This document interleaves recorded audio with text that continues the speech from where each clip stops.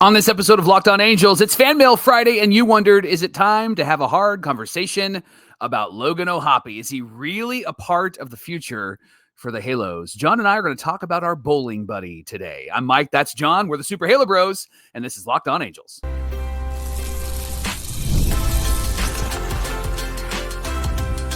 You are Locked On Angels, your daily Los Angeles Angels podcast. Part of the Locked On Podcast Network, your team every day. Thanks for making Locked On Angels your first listen of the day. You can find us anywhere you get your podcast, including Apple Podcasts, Spotify, and SiriusXM by searching Locked On Angels. And if you'd like to get back to the Super Halo Bros for all the Super Halo content, leave us a rate and a review on Apple Podcasts. Hit a thumbs up while you're watching on YouTube. Maybe even subscribe. We'd love to have you along. We're almost at 10,000 subscribers. And while you're here, leave a comment. One of the best ways to get in touch with John and I and be a part of the conversation. And this episode of Locked On Angels is brought to you by Gametime. You can download the Gametime app, create an account, and use our promo code LOCKEDONMLB for $20 off your first purchase. And before we go any further, we want to remind you that you can come bowling with us at the second annual Logan O'Hoppe All-Star Bowl, Sunday, September 7th, starting at 5 p.m. in Fountain Valley. We're supporting the YMCA of Orange County. You can get your tickets by clicking the link in the episode description. And when you check out,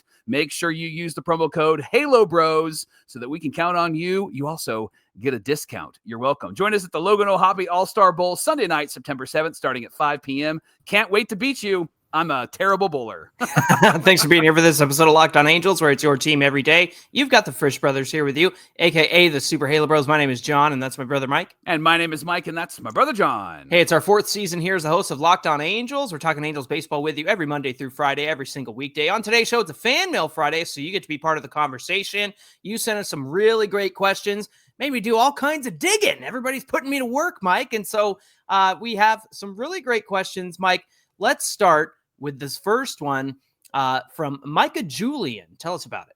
Yeah, he DM'd us on Twitter. He asked this question. I know this is very uncomfortable. It's a very uncomfortable conversation to have because we all love him as a person. But is Logan O'Hoppe really the catcher of the future? We all know his defensive metrics are horrible, and as a batter, his strikeout rate is super high. What do you guys think about a position change or maybe even a potential Logan O'Hoppe trade? John, what do you think about Micah's question? How dare they ask about our bowling buddy in the show? In the show. No, you know what? And this is actually not just Micah's question, but I've seen it a lot on social media. So I think it's worth addressing. I think it's worth talking about. And so can we just zoom out a little bit from the ups and downs of this season, Mike, and remember a couple of things. Logan O'Hoppe is 25 years old. Yeah. This is really his second full season in the majors because remember, in 2023, he missed April 21st to August 17th. Mm-hmm. He was out the whole season with the shoulder issue. Remember also that Ohtani wanted to pitch to him. Yeah. And I think that's a pretty good vouch. It's a nice high five, right? Right. And so I think that that's important to keep in mind. Like, I know we get caught up in the scrutiny of one season to the next. And look, I think you could make the case that, maybe catcher isn't his best position, But here's what else I'll tell you. FanGraphs has Logan O'Hoppe at a 0 WAR. That's wins above replacement. So he's not any better and he's not any worse than a replacement level player. That's not great. However, when you look around the league and you see that he's got I think it's a 94 weighted runs created plus, that means he's 6% worse than league average. There's actually catchers in this league who fall under that. And remember what a catcher is. You don't get a lot of production out of catchers. So the fact that Logan has done what he's been able to do so far at the dish, and despite his bad defensive metrics, it's evened out. A 0 WAR. Hasn't been any good, hasn't been any worse, right? Than somebody who could easily come in and replace him. So I think that's key to remember. Well, and when you talk about catcher production, right? Yeah. Somebody inevitably will say, well, what about Cal Raleigh? Well, Cal Raleigh is an anomaly. The numbers he's putting up he's had a great season. Are Mike Piazza numbers. However, since July, go look at Mariners Twitter.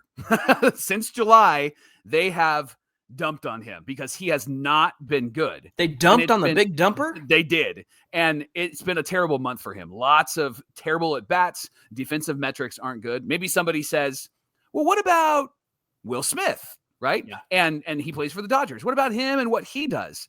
John, you've got some interesting defensive metrics numbers about O'Hoppe and in comparison to Will Smith. Why don't you share that? Yeah, I just want to make clear that when we talk about his defense behind the dish isn't that great. Let's talk about what we're talking about when we talk about his metrics, right? Talkity talk. Yep. And that's the thing is, I know that it's easy to be like, well, his defensive metrics suck. And this is not a knock against Micah because he asked a great question. What I'm saying is people will say, well, have you seen his outs above average? Yeah.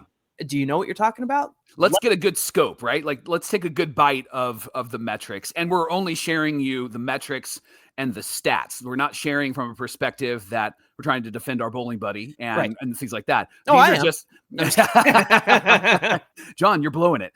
But these metrics are helpful to see what's happening out there. And this is why we love StatCast. StatCast isn't just launch angle and made up numbers. StatCast tells you what's actually happening and it measures it in numbers, which instead of just the eye test, it tells you, is he really sucking or is he really good?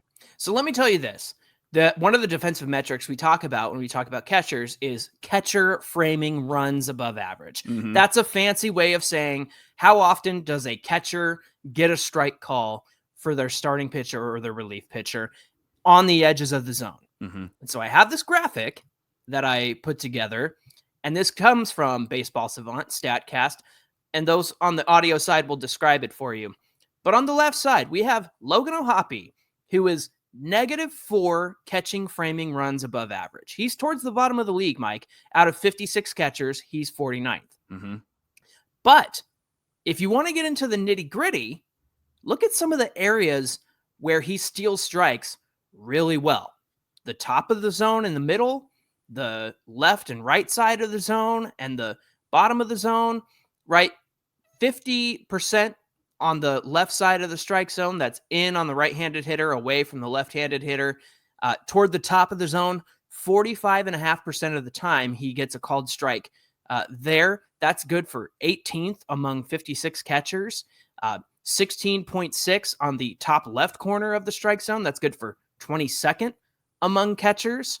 Down at the bottom left, 26.7. That's good for 23rd among catchers, right? So he's not bottom of the barrel in every single part of the strike zone. He actually does pretty well at getting strikes for his catcher. Not the greatest, but not the worst. And when you compare it to the rest of the league, he seems to be right there in the middle, right? And the worst ones are the right side of the strike zone and the bottom of the strike zone.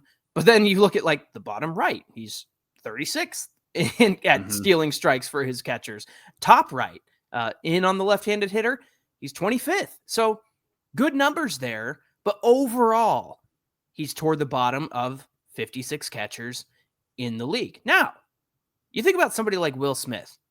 Obviously, his bread and butter is his bat, and that's why the Dodgers keep him around. But did you know that in terms of catcher framing runs above average, Will Smith ranks at the bottom with -9. That's 56th out of 56 catchers. And when you look around the strike zone, he's 44th among all those catchers at the top left. In the middle of the top, he's 54th. He's 34th in the top right. 27th on the side, which is good. So he's good at bringing some of those pitches back into the zone in the middle of the zone. He's 54th in on the hands of the left-handed hitter.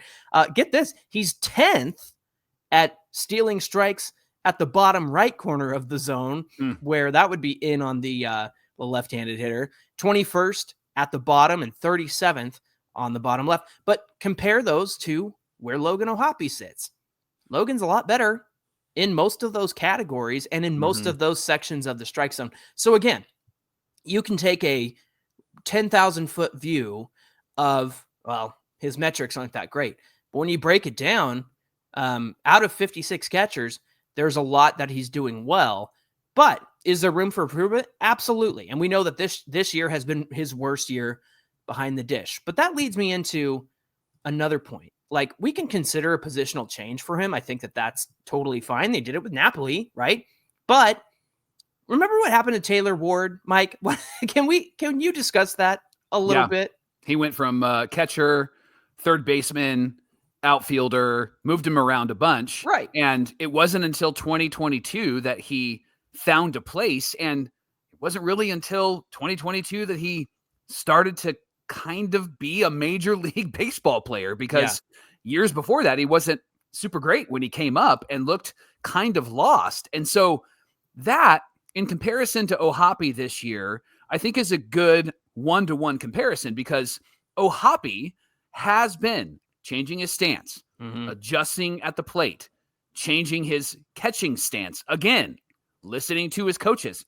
The truth is that this has really been a transitional year for Logan O'Hoppe. Yeah. And it hasn't been great. It really hasn't been great. But it's been a transitional year, meaning that it's been a learning year. And it's really his second full season in Major League Baseball. Whatever happened to the sophomore slump, right? Right. Yeah.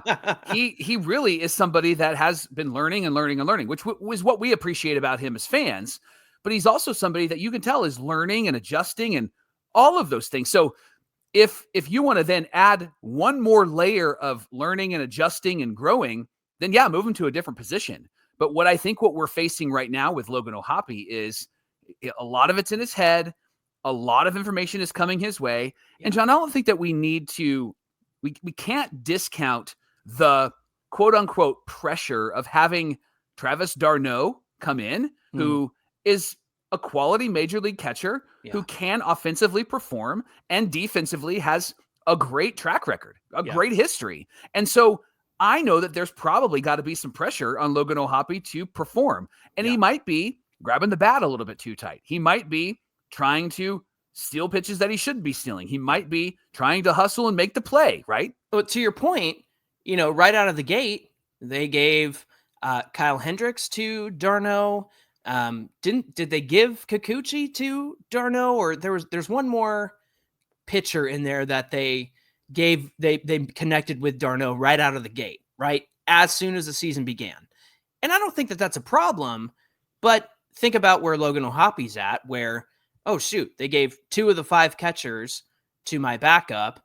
I also have to perform at the plate if I want to keep my spot. Well, how many times have we seen d'Arnaud in there because Logan O'Hoppe's been struggling? How many times have we seen d'Arnaud DH over Logan O'Hoppe, right? Like, it's already happening, Mike. It's already happening to this 25-year-old where he's losing some time. He's losing his spot because they have a really great backup. Now, I'm still waiting for the d'Arnaud. I want Logan O'Hoppe to be the best catcher in Angels history. Yeah. And between him and Sal Fasano, we just haven't seen it yet. So I'm wondering if is it information overload? Is it drinking from a fire hose? What do you think? Yeah. it might be all of that, right? I think that what Logan has done, and it has to do with coaching. It has to do with the narrative. I think, John, really this is year 1 for Logan O'Hoppe trying to be a really good catcher. And he's got new guys speaking in his ear and leading him in a certain direction. And I think that we'll see a bit more of Logan O'Hoppe learning in the offseason, spring training, probably a bit more confident. Will he ever be Benji Molina? Probably not. Will he ever be somebody that we will celebrate his defensive metrics? Probably not. But I think his bat has the potential to cover some of that, like Will Smith does for the Dodgers. And when the Angels win, I think a lot of the things that we're talking about with Logan O'Hoppe will not be as loud, right? Because the Angels are actually competitive, and it's not in Perry Manassian's definition. It's an actual definition in the dictionary, competitive being that they're in this thing. They're winning games. They almost have 90 wins, those types of things. And I think that plays into a lot of the I don't want to say burying of Logan O'Hoppe, but the questions about O'Hoppe, because we see it in front of us. We see the failure happening in front of us, and it's hard to ignore, and it's happening with a lot of other failures around him, and it's happening at really big moments. I think those things start to change once we see more of a veteran come out of him. I think we got to give him at least one more year to figure out what he's doing behind the plate. Yeah, I'm not ready to give up on somebody who's 25 Right. Yeah. in the second year of his career. Yeah. Thanks for making Locked On Angels your first listen of the day. Coming up, are the Angels the worst team in baseball with bases loaded and less than 2 outs? We had a really great question come through. And again, they put me to work and I did the research, and we'll get into all of that coming right up. Oldest daughter comes to the dinner table last night, says to my youngest daughter, hey, you want to go see Spacey Jane? And she went, yes. And then they looked at me and they said, Dad, you like Spacey Jane? And I said, I do. And she goes, yeah. So she played me the songs, and I do listen. I've listened to Spacey Jane, never knew the name, never knew what I was listening to, but it was something that my oldest daughter passed along to me. Here's why I'm telling you this story. They got their tickets on Gametime, and they got really great deals, and they used our promo code Locked On MLB. They got 20% off their first order, and you can do the same thing, especially if you're deciding on going to a concert and maybe you're waiting to see if the tickets will drop. On Gametime, some tickets drop to about 60%, and you can get those deals on Gametime, and the price you see on Gametime is the price you get. And if something comes up, cancellation happens, they have Gametime Guarantee. It's a protection plan where you can get refunded and not be out the money that you purchase. So take all the guesswork out of buying concert tickets and use Gametime. Download their app right now, create an account, use our promo code LOCKEDONMLB for $20 off your first purchase. Again, download the Gametime app today. Last minute tickets, lowest prices, guaranteed. This is the Locked On Podcast Network, where it's your team every day. Thanks for making Locked On Angels your first listen of the day. We're continuing Fan Mail Friday, where everybody sent in so many great questions. We might need to do like a makeup edition because there were so many questions, Mike, that we just couldn't get to. So I'm going to save those and we'll make sure that we get to them. But Mike, this question from J. Why don't you hit us with that one? Yeah, by the way, I just realized who J. was. I know this guy. He's from our hometown. Oh, that's wild. And we did church work together. And so, JJ, I'm so glad that you're a listener and an everydayer. He asked this question. He said, do the Angels lead the league with bases loaded, less than 2 outs, and not scoring? Seems like it happens way too often. John, you did some digging. What'd you find? Yeah. Once again, I turned to our old buddy, Baseball Savant, a.k.a. StatCast, and here's what I found. So, when you consider the Angels in situations where the bases are loaded and there are less than 2 outs, that means 0 outs or 1 out. Throughout this season, the Angels have had 60 of those opportunities. So that's happened 60 times. Bases loaded, less than 2 outs. And they're 0 for 60. No. That's it. Segment over. Yeah. No, they actually... So out of everybody who's had bases loaded less than 2 outs, the Angels have had 60 opportunities. That's 10th most in the league. So that's pretty good considering they're top 10 in creating those situations. But Mike, it's what they make of those situations, right? So of those 60 situations, bases loaded, less than 2 outs, they've put 39 balls in play. 13 of those have been hits, and 10 of those have been like sacrifice hits to score a run. They've also struck out 16 times. So 23 out of the 60 moments that they've had with bases loaded less than 2 outs, they've scored 23 out of 60. That's a 36% rate in which they scored. Now, in case you're curious, because I'm sure people really want to know this, the Angels have a 32% strikeout rate in those situations. That's fifth worst in baseball. The 4 teams worse than them, it's actually not bad company. The Mets, the Diamondbacks, the Padres, and the Astros. So again, in situations, bases loaded, less than 2 outs, the Angels have the 5th worst strikeout rate at 32%, but they have scored in 36% of those situations. Now, I in case anybody's wondering, the 39 balls in play, and I said 13 of those have been hits, 10 of those have been sacrifice hits. You're probably thinking, well, where's the other 16? Well, this was only results that resulted in scoring. Okay, so that's why 23 out of 60 moments they've scored.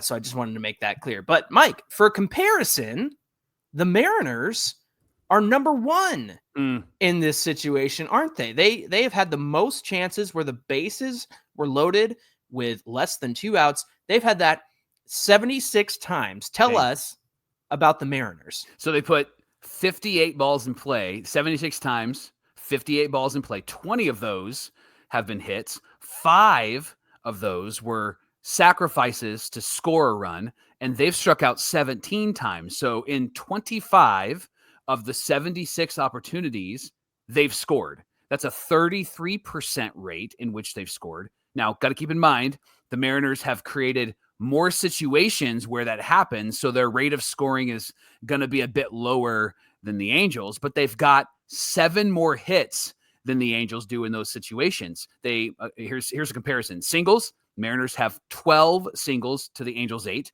Doubles, Mariners have 4 to the Angels 3. And grand slams, Mariners have 4 to the Angels 2. So they've had more opportunities, and they've come through in more opportunities, even though their metrics are a bit less. It's because they've had more opportunities, right? Yeah, they've created more bases loaded, less than 2 out situations than the Angels have had.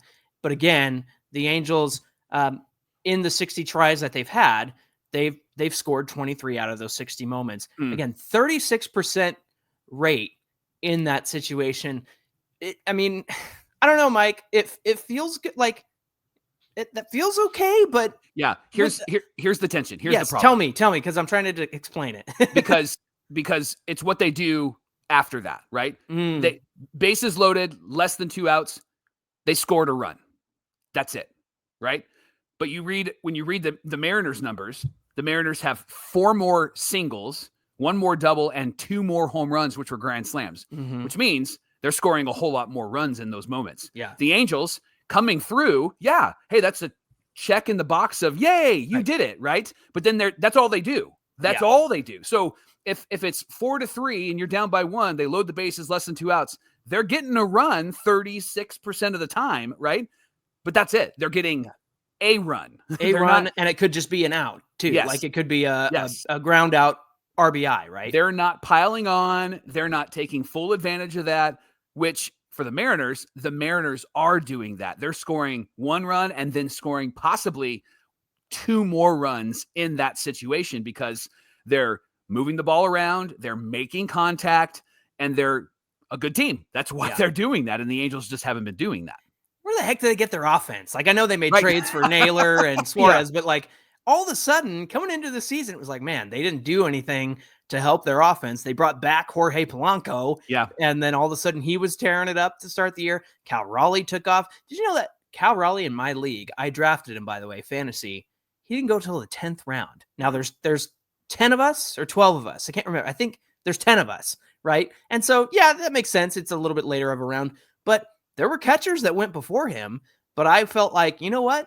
I'm going to get myself a catcher who's going to hit some home runs because you don't get a lot of home runs from the catcher position. That kind of goes back to Logan O'Hoppe, Mike. Like, you don't get a lot of home runs from the catcher position. And so, and I didn't get the number 1 pick that I wanted. And so I was like, I'm going to make up for it in other places. And so I went with a home run hitting Cal Raleigh. I just lucked out with the fact that he's having a career year this year. Yeah. Now, to take it back to this conversation, another reason why these moments feel like the Angels are failing more than they're winning, even though their percentages are not bad, is because of their strikeout rate, John. Yeah. 5th worst in the league with bases loaded and less than 2 outs, 32%. 4 teams worse than them: Mets, Diamondbacks, Padres, Astros. All really good teams. Maybe Diamondbacks can be questionable, but all really good teams. But I think what you'll find, and this is just taking a guess, is that they're probably similar to the Mariners, that they're striking out, but they're also probably scoring and moving runners and hitting sacrifice flies, which the Angels aren't. And the reason why this is so important is because against Tampa Bay, 8th inning, you have a chance to take the lead, and you had 3 guys that could not make contact at all. Yeah, couldn't put the ball in play, couldn't even get that tying run across from third. That was hugely disappointing. And so, yeah, J. I appreciate him sending in this question because I think it was top of everybody's mind after that performance against the Rays on Wednesday afternoon. Today's show is brought to you by our friends at PrizePicks, the daily fantasy platform that lets you turn your football predictions into real rewards. Preseason football. It's here. It's so great. I love preseason football. I love regular season football better, but my favorite time of year is when college football starts, and it's the perfect time to lock in your season-long more or less picks for the 2025 football season, all before week 1 kicks off. So whether you got your eye on like a big name quarterback or maybe a running back that's going to break through, PrizePicks is making it really easy for you to get in the game. I've already made my season-long picks. One of them is Josh Allen of the Buffalo Bills for more than 27.5 touchdowns. That guy, I think, is going to surpass that, maybe be in the 30s, possibly 40s, because Buffalo is looking really good. And then you got to check out gimme right there. It's easy. That's why anybody can play this. And you got to check out the flex play option on PrizePicks. It's a game changer. Even when you miss one of your picks, which happens to me pretty often, you still doubled your money. Download the app, check out what I'm talking about. And when you download the app and you log in, use our promo code LOCKEDONMLB to get a $50 lineup after you play your first $5 lineup. Again, the promo code is LOCKEDONMLB. You're going to get a $50 in lineups after you play your first $5 lineup. PrizePicks, run your game. Mike, we've got a few questions about the future of the team, and this one came from Nick Vlahakis on YouTube. Nick V, he's our big brother because he warned me about the the Instagram map. Did you hear about that? Yeah, it shows your location, by the way. Yeah, and a lot of people didn't realize that they had opted in or were opted in and didn't choose to be opted in. Yeah. So, friends, if you're using Instagram, make sure you turn off this Instagram map feature Nick off in your didn't settings. want us to get doxxed. Yeah, exactly. So Nick said, "Hey guys, been a while. Just had a Fan Mail Friday question for you. Realistically, what moves would the Angels have to make this coming off season that would leave you feeling optimistic that this team could be playoff ready? Is it achievable in one off season, or is it something that, given the availability of free agents and the trade block, would even be possible?" Mike, what do you say to start us out? I would really love to see some of the young guys be in our starting rotation. The Caden Datas, the Sam Aldegiris. I think that they're at a place where it's time for them to prove their worth. What would really help me though is seeing a couple of pieces that come in that aren't older pieces, but are pieces that we can almost guarantee that they're going to put up the same kind of numbers, right? And that means that we're gonna have to spend a little bit. Let me give you a couple of examples. I don't want to spend on big gigantic players. I would love to get maybe second tier players. I think what we've often gotten is like mid players. I would love like A-, B+ players. Now, when we signed him, I think people would say that he was probably an A-, maybe A+ player, but Bobby Abreu was a perfect signing for this Halo team in the late 2000s. The Angels need somebody like that. So the first baseman, and he was with the Marlins, he's now with the Padres, the lefty that I love, that Luis Arraez. Thank you. That would be someone like that. I think it would bring confidence to me, putting him in this lineup at second base, third base, wherever he feels comfortable. It's somebody like that we could fill a need, not necessarily Luis Arraez, but somebody of that nature. He's going to slap the ball around, going to make contact. I think that that's really important. And then I think we need another really consistent starting pitcher. I think we need another guy like a Yusei Kikuchi. I think we need somebody that, we talk about an ace and all of those things. I'm trying to think in the lines of what the Angels would do. I would love to have another consistent starting pitcher that he's going to be out there every fifth day and that he's going to be competitive. He's going to be in the game. And I think that would help me to know, like, okay, this team is potentially now adding to their win total, maybe third wild card spot, if they're infusing it with players that are young and vibrant, ready to win, but also veteran players that are not old and drop-offs and we're getting a deal, but guys that we know are coming in and we gave them a little bit of extra cash. And they're not going to be the leaders of the team, but they're going to be great pieces that we can rely upon. What are your thoughts? Yeah, I'm with you. I think that in terms of needs, they have to figure out center field, right? And whether that is Bryce Teodosio, I don't think he's a long-term solution. I think he's more of a fourth outfielder type, but hey, give him the rest of the season to prove me wrong, and then we all get excited about him in 2026. But Nelson Rada is certainly a long way away. I don't think that we see him anytime soon. We might see him in spring training, as we discussed the other day. So you're going to need a stopgap, and you're going to need somebody who can actually run and man center field. If it's not Kyron Paris, if it's not Bryce Teodosio, but we tried it, and it hasn't worked out, right? So I think that center field is an area of concern. I also think, for the love of all that's good, can we please solve the third base issue? I know that Oswald Peraza is here.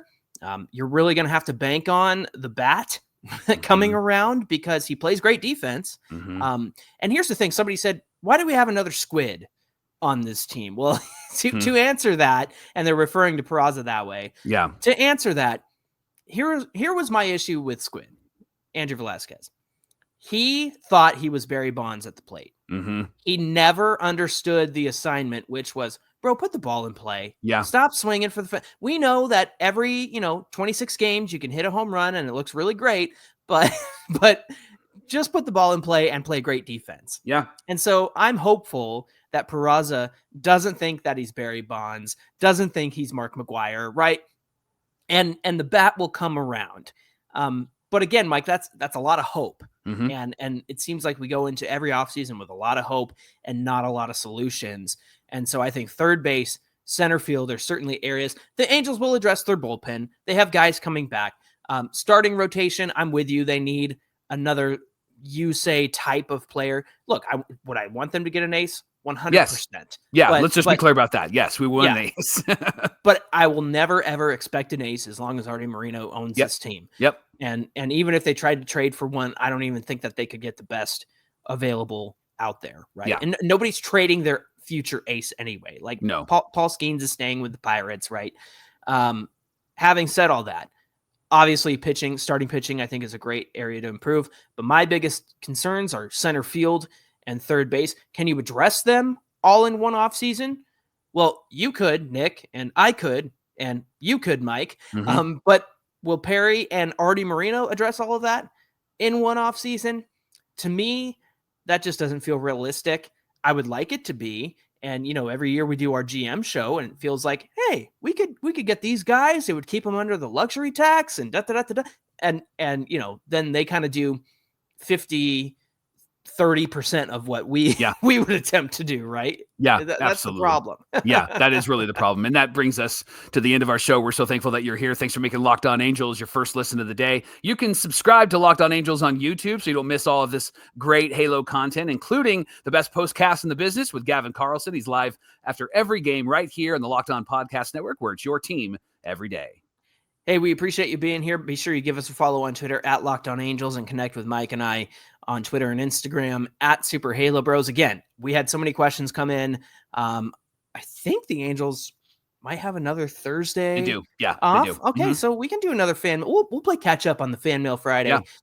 And thanks for that, everybody. Appreciate that. Yeah, no, that's a lot of fun. Cause and then again, I get to nerd out and do a little research. So basically, at the end of the day, we hope you leave Locked On Angels as a smarter baseball fan, a smarter Angels fan. You feel like you have a better understanding of, when they say Logan's metrics behind the dish suck, what does that actually mean? Well, that's why you're here. You get to dive in and actually discuss that. So really appreciate you guys being here. Mike, we have a tough series ahead this weekend, don't we? Yeah, we're playing the Tigers, although we had a Tiger fan jump into our comments yesterday and say, hey, don't worry, the crappy Tigers are on the way. Oh, I didn't know that. Yeah, we're going to have our takeaways from each of the games on Monday on Locked On Angels, so tune in for that. And to get a instant reaction, tune in to Locked On Angels on YouTube. Gavin Carlson will be here, and he'll give you his instant reaction. Hopefully it's more of a win, because when we win, it's fun. When we lose, Gavin is frustrated and depressed. So we're hoping that he has a good weekend, and we'll talk to all of you on Monday on Locked On Angels. I hate depressed Gavin. I hate Nah, I frustrated don't like it Gavin. either.